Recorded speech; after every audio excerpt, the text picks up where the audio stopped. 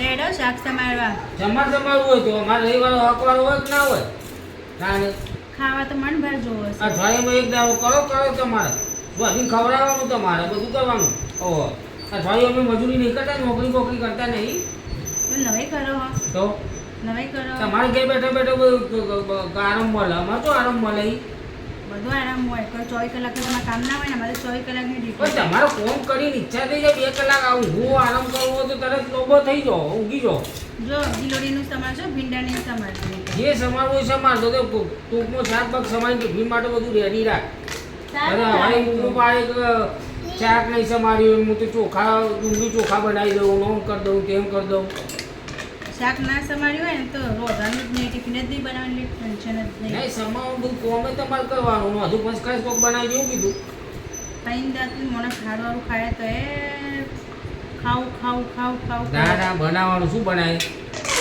પછી ના બનાવું. હા પછી હું તો ના બ્રેડ પકોડા બનાવે. વાતાવરણ વરસાદ ચાલે, છોટા પડે ચોમાસું વરસાદ તો આવવાનો, ચોમાસામાં તો ચોમાસામાં તો વરસાદ હવે આજનો દાડો જ ખાવાનું હ. કાલથી તો પછી દૂધી હાલવાની એ લઈ જવાના છે. આજનો દાડો ખવડાવી દે. સાંભળો હા શું કે વરસાદ વરસાદ આવ્યો. આવ્યો? હા? કાલ તો સારું સ્કૂલ જવાનું બેટા, બહુ બધી રજાઓ પડે. જો અત્યારે શું લોકો ગમે તે હોય હા, હું આવીશ તો ને. ખબર હે બધા 56 ભોગ ધરાવો ખબર એ પડી? ભગવાન જ ધરાવાય છે. એટલે તમારો ભગવાન જ કહેવાય ને સાક્ષાત. હોય 56 ભોગ ધરાઈ દેજો. તમારે કોઈ જગ્યાએ કોઈ કરવાની જરૂર નહીં. ખાલી મને જ ધરાઈ દો ને આ 56 ભોગ. બસ એ બોલશો ને એ કામો બના બેસે બેટા, જલ્દી આવી જાય, ચોપડી પકડ. શું કીધું? તારે મને બનાવી ખવડાવવાની નવી ડીશો સમજી? હા બેટા. એટલે પરમેશ્વર ઉપરવાળો રાજી જ થાય. ખબર પડી જાય? કઈ રાજી થતા તો રોજ જ ના પડે ને. અને રાજી થાય એટલે તો તમે એવું વાત રોજ વાતમાં ના હોટલમાંથી આવો. તમે વાતમાં નહીં કહેતા અમારે કેવું? ઈ પતિના આગળ ઈ કેમ લગાવો? એટલે તો ઈ લગાવો, ઈશ્વરનો દરજ્જો આપો. ખબર પડી?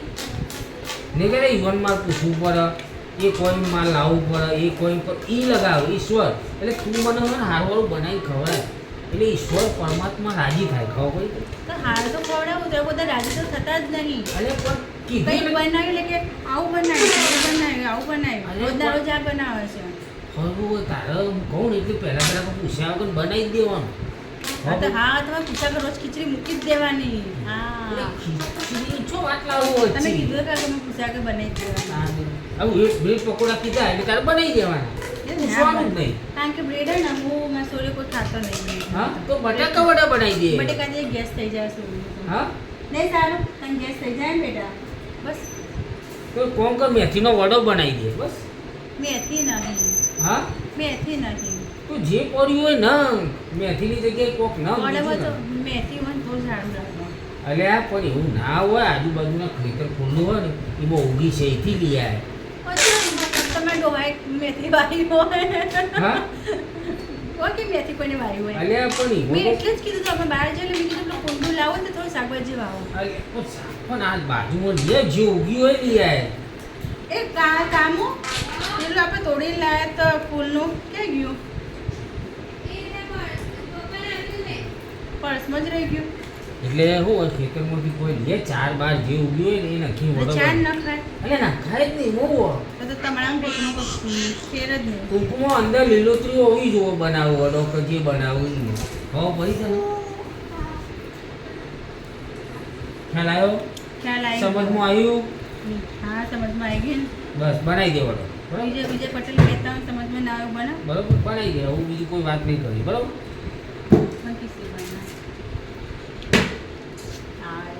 મારે દીકરીઓ પપ્પા લાંજે એમાં હાથ ગંદા જો હું શાક સમારું છું.